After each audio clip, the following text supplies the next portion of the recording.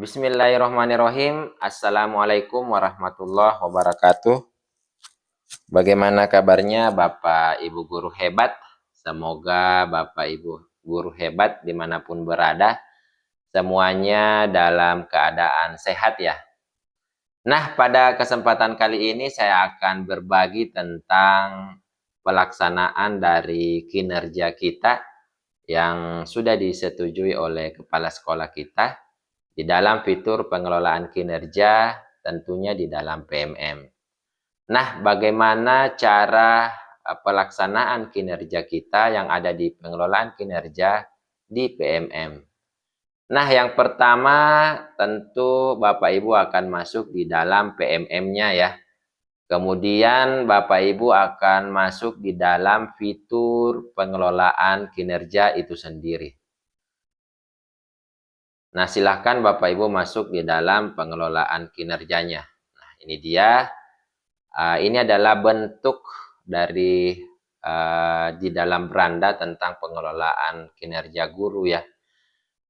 Nah, beginilah tampilan setelah Bapak Ibu sudah menyepakati RHK yang kemarin yang sudah kita buat. Nah, tampilan dari beranda ini dalam pelaksanaan kinerja ada beberapa tahapan-tahapan yang kita lihat ya.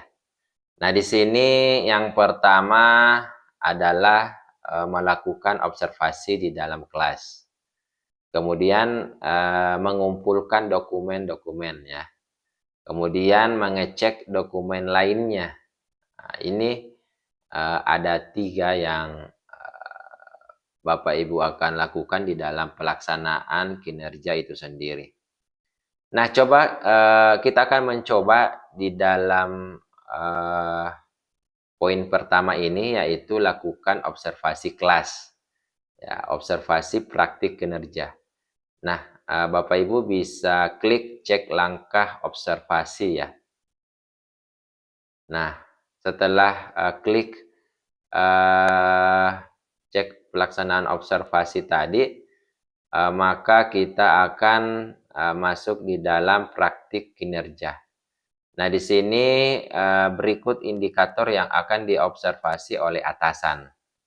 Nah, kemarin itu Bapak Ibu saya memilih penerapan dari disiplin positif. Bisa jadi Bapak Ibu indikator yang ada di sini berbeda karena Bapak Ibu memilih sesuai atau berdasarkan dari rapor pendidikan ya. Kalau di RHK kemarin saya memilih penerapan disiplin positif. Nah, Bapak Ibu bisa mengecek rubrik observasi apa saja yang menjadi fokus dari perilaku yang akan diobservasi. Nah, ini ada 3 ya. Jadi yang pertama adalah guru melakukan refleksi dinamika kelas untuk menerapkan kesepakatan kelas. Nah, ini adalah menjadi fokus dari perilaku yang diobservasi. Perilaku yang dianjurkan, ya guru mengajak peserta didik melakukan refleksi dinamika kelas mengacu dari kesepakatan kelas. Dan seterusnya Bapak Ibu. Kemudian yang kedua, guru melakukan penguatan positif terhadap perilaku yang sesuai atau mendukung dari kesepakatan kelas. Nah, perilaku yang dianjurkan, guru memberikan pujian terhadap perilaku peserta didik. Nah, ini adalah poin kedua. Kemudian yang ketiga, guru memfasilitasi peserta didik menyadari konsekuensi dan memperbaiki perilaku melanggarnya. Nah, ini adalah perilaku yang dianjurkan adalah guru membantu peserta didik menyadari konsekuensi dan perilaku melanggarnya. Nah, ini adalah 3 fokus dari perilaku yang akan diobservasi oleh atasan kita ya. Dan Bapak Ibu tentu harus memahami mengenai hal ini. Bahwa inilah yang indikator inilah yang Bapak Ibu nanti menjadi fokus perilaku kita yang akan diobservasi oleh atasan. Jika Bapak Ibu sudah memahaminya, sudah membacanya Bapak Ibu, silakan Bapak Ibu bisa klik saya mengerti ya. Kemudian selanjutnya di bagian pertama ini adalah pelaksanaan observasi. Nah, dari pelaksanaan observasi ini Bapak Ibu nantinya akan melalui beberapa tahapan-tahapan ya. Jadi nanti kita akan mengisi dokumen persiapan. Setelah kita mengisi, selanjutnya kita menunggu dari atasan kita dalam melakukan observasi. Ya, atasan kita akan mengisi rubrik observasi kelas sesuai dengan jadwal yang sudah kita sepakati dengan atasannya. Kemudian mengisi dokumen-dokumen tindak lanjut, yang artinya refleksi dan diskusi dengan atasan untuk mengisi dukungan yang dibutuhkan. Kemudian di bagian keduanya ada tindak lanjut observasi yang nanti Bapak Ibu akan melihat, akan mempelajari pilihan-pilihan belajar dari PMM dan akan melakukan aksi tindak lanjut lainnya. Kemudian barulah nanti mengisi dokumen refleksi tindak lanjut. Dan tentunya nanti Bapak Ibu akan mengisi saling berdiskusi dengan atasan untuk mengisi capaian, tantangan, dan upaya perbaikan. Nah, dari pelaksanaan observasi ini ya, Bapak Ibu nanti akan melalui semua ini ya Bapak Ibu. Dan tidak akan terbuka di poin selanjutnya apabila Bapak Ibu tidak mengisi dulu tahap demi tahapan ya. Jadi kita akan mengisi dulu di bagian pertama ini yaitu dokumen persiapan. Nah, di dalam dokumen persiapan ini di sini ada langkah-langkah persiapan observasi, ada diskusi dengan atasan, bersiap untuk observasi dan melakukan observasi berlangsung. Nah, ini adalah formulir diskusi persiapan ya. Jadi Bapak Ibu Anda diharapkan untuk meningkatkan penerapan disiplin positif. Seperti yang saya sampaikan tadi Bapak Ibu, dalam indikator ini Bapak Ibu semua berbeda ya. Karena bisa jadi Bapak Ibu mengambil indikator lainnya ya, berdasarkan terhadap rapor pendidikan kita. Kita sudah memahami tadi cek rubrik observasi. Kemudian selanjutnya apa perilaku spesifik yang Bapak Ibu ingin pelajari dan tampilkan pada observasi kelas ya. Jadi kita diminta untuk memilih maksimal 3 target perilaku kita ya yang berdasarkan indikator yang akan diobservasi. Nah, dari ketiga yang ada ini saya mencoba memilih 2 ya. Yang pertama ini guru melakukan refleksi dinamika kelas untuk menerapkan kesepakatan kelas. Yang kedua, guru melakukan penguatan positif terhadap perilaku yang sesuai atau mendukung kesepakatan kelas. Ini saya cukupkan target perilaku yang saya ambil 2 ya. Yang maksimalnya adalah 3 ya Bapak Ibu ya. Nah, kemudian selanjutnya apa saja upaya yang akan Anda lakukan untuk mempelajari target perilaku. Jadi ini adalah cara kita, upaya kita untuk mencapai target yang ada di atas ini ya. Bagaimana caranya supaya kita bisa melakukan refleksi kesepakatan kelas. Bagaimana caranya melakukan penguatan positif terhadap peserta didik kita. Nah, sebenarnya Bapak Ibu upaya mempelajarinya itu ada banyak ya. Nah, ini salah satunya yang saya ambil adalah mempelajari buku-buku atau artikel ya yang berbasis online ya mengenai tentang penerapan dari disiplin positif itu sendiri. Nah, Bapak Ibu juga bisa menuliskan mengunjungi portal-portal resmi Kemdikbud misalnya dan atau media sosial lainnya yang terkait tentang artikel video yang membahas tentang contoh dari penerapan disiplin positif itu sendiri. Jadi Bapak Ibu bisa mengunjungi portal-portal resmi itu ya. Atau Bapak Ibu mungkin ya Bapak Ibu ingin pernah mendengar kegiatan-kegiatan praktik baik, ya, silahkan bisa dituliskan juga ya. Mengikuti seminar praktik baik misalnya atau workshop atau lokakarya yang Bapak Ibu pernah dengar ya tentang cara-cara peningkatan disiplin positif di dalam kelas, dan itu bisa menjadikan referensi Bapak Ibu untuk bisa memasukkan di dalam upaya mempelajari dalam mencapai target ya. dalam mencapai target perilaku kita ini yang ada di atas. Dan ini Bapak Ibu bisa menuliskan satu atau dua sesuai dengan karakter ya. Di sini kan sampai 250 karakter ya. Kalau yang saya tulis ini baru 77. Itu artinya saya masih bisa menuliskan lagi upaya-upaya mempelajari target perilaku yang ada. Kemudian setelah kita mengisi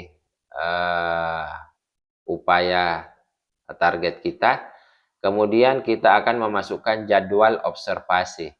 Dan ini jadwal observasi sangat diharapkan untuk Bapak Ibu mendiskusikan dulu dengan atasannya. Ya, karena kita akan menentukan jadwal atau waktu observasi yang dilakukan oleh atasan. Jadi ini Bapak Ibu silakan memilih ya tanggal yang Bapak Ibu inginkan ya sesuai dengan petunjuk dari atasan. Taruhlah misalnya tanggal 4 bulan 3 di tahun 2024. Kemudian kita memilih jenjang ya, kebetulan saya di jenjang SD. Saya masukkan jenjang SD, kemudian kelasnya ya, saya mengajar di kelas 6, mencoba dengan materi atau mata pelajaran matematika ya. Kemudian catatan lain ini adalah opsional ya, catatan-catatan yang Bapak Ibu tulis. Misalnya saya ingin menuliskan jadwalnya ya. Jadi jadwalnya di sini misalnya pukul 7.30 sampai dengan pukul 9.00. Nah, ini waktu Indonesia Tengah. Nah, setelah mengisi jadwal yang ada, Bapak Ibu silahkan memasukkan atau mengunggah dokumen ya. Dokumen ini RPP ya. Karena saya mengajar di kelas 6 belum menerapkan kurikulum Merdeka, maka kita memasukkan RPP. Jika Bapak Ibu ingin memasukkan modul ajar bisa juga ya. Untuk kelas 1, 2, kemudian 4 dan 5 yang sudah menerapkan kurikulum Merdeka. Namun jika Bapak Ibu di sekolah penggerak biasanya kelas 1 sampai 6 itu sudah menerapkan kurikulum Merdeka ya. Biasanya dia menggunakan modul ajar ya. Silahkan memasukkan modul ajar yang Bapak Ibu sudah tulis ya, sudah ketik ya. Kemudian ini dalam bentuk format PDF dengan maksimal 10 MB. Bagaimana cara mengunggahnya? Tinggal kita klik unggah Bapak Ibu. Kemudian silahkan masukkan dokumen kita ya, RPP kita dengan klik unggah dokumen. Nantinya Bapak Ibu bisa mengunggahnya dengan format PDF dan maksimal 10 MB. Jika masih dalam bentuk format Word ya Bapak Ibu ya, itu belum bisa. Kalau kita lihat di sini, yang diharapkan adalah dokumen dengan format PDF dengan maksimal 10 MB. Kemudian Bapak Ibu juga bisa mengambil dari bukti karya. Jika Bapak Ibu sudah memasukkan dokumen RPP-nya di dalam bukti karya, Bapak Ibu bisa mengambil karyanya melalui bukti karya itu sendiri ya. Nah, jika dirasa Bapak Ibu sudah cukup ya, sudah memasukkan semua apa yang ada, silakan Bapak Ibu bisa mengumpulkannya ya. Dan jika Bapak Ibu mungkin belum lengkap, misalnya tentang RPP-nya belum ada, Bapak Ibu bisa menyimpannya saja ya, simpan draft seperti itu. Nanti di lain kesempatan jika waktu memungkinkan Bapak Ibu bisa memasukkan agar bisa lengkap di dalam praktik kinerjanya itu. Nah, kemudian selanjutnya Bapak Ibu setelah masuk di dalam pelaksanaan observasi tadi, selanjutnya kita masuk di dalam mengumpulkan dokumen. Nah, di dalam mengumpulkan dokumen ini, Bapak Ibu, kita dihadapkan dua ya. Ada pengembangan kompetensi dan tugas tambahan. Nah, di dalam pengembangan kompetensi ini, Bapak Ibu akan diminta untuk mengumpulkan dokumen-dokumen sesuai dengan RHK yang pernah Bapak Ibu masukkan. Misalnya salah satu contoh yang RHK yang saya masukkan adalah meningkatnya kompetensi melalui peran sebagai penggerak komunitas dengan mengadakan 3 kegiatan berbagi praktik baik. Ini poinnya 36 poin. Iya. Kebetulan saya adalah pengurus dari komunitas ya. Dalam hal ini adalah penggerak. Saya mengadakan 3 kegiatan misalnya, silahkan ya Bapak Ibu memasukkan ya atau mengumpulkan sertifikat dari kegiatan berbagi praktik baiknya.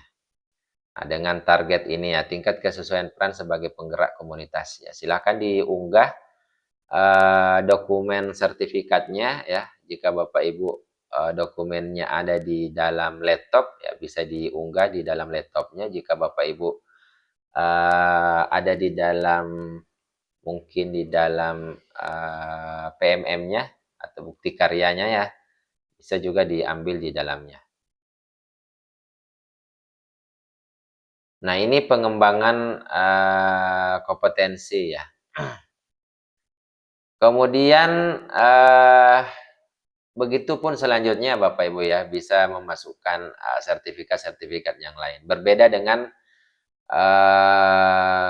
RHK mengenai observasi kelas ya. Kita melakukan observasi itu bukan sertifikat lagi. Yang kita lihat sesuai dengan panduan, Bapak Ibu akan memasukkan laporan observasi kelas.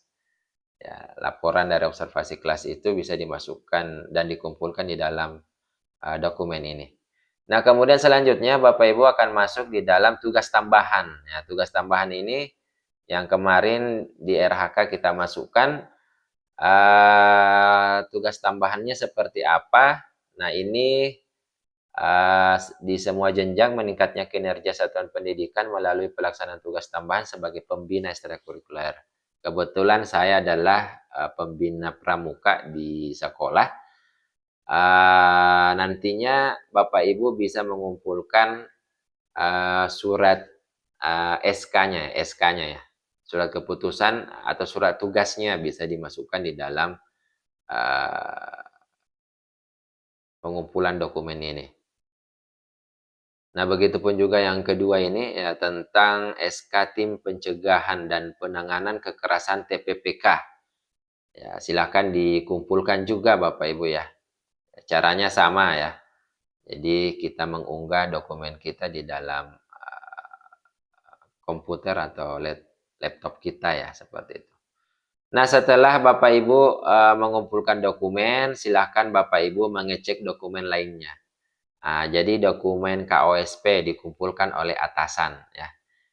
Di sini informasi yang saya dapatkan bahwa dokumen KOSP itu kita bisa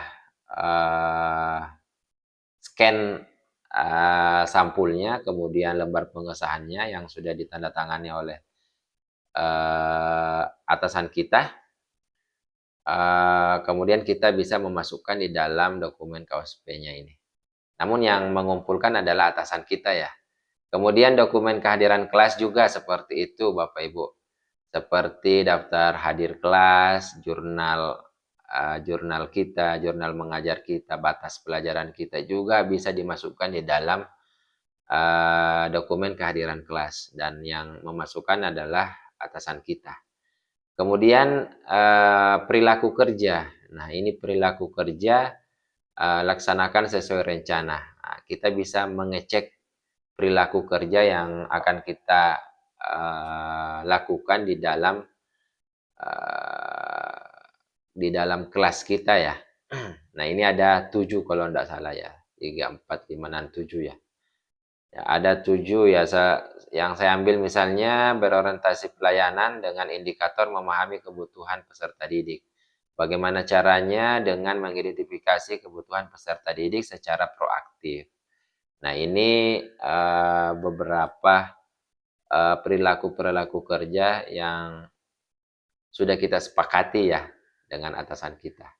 Dan ini sebagai bentuk perhatian untuk bisa Bapak Ibu memahami dan dimengerti dan diwujudkan di dalam pembelajaran di dalam kelas. Jika Bapak Ibu sudah membaca dan sudah memahaminya, Bapak Ibu silahkan klik saya mengerti. Oke, nah kalau sudah Bapak Ibu secara keseluruhan maka kegiatan dari pelaksanaan kinerja kita sudah selesai. Nah ini alur-alur pengelolaan kinerjanya juga Bapak Ibu bisa diperhatikan. Jadi Januari adalah perencanaan, Februari adalah persiapan, Maret observasinya dan tindak lanjut, begitupun juga April ya pelaksanaan tindak lanjut, baru di bulan Juni adalah refleksi. Nah, mungkin itu saja dari saya Bapak Ibu tentang pelaksanaan kinerja. Terima kasih Bapak Ibu semuanya. Saya akhiri dengan ucapan Alhamdulillah. Assalamualaikum warahmatullahi wabarakatuh.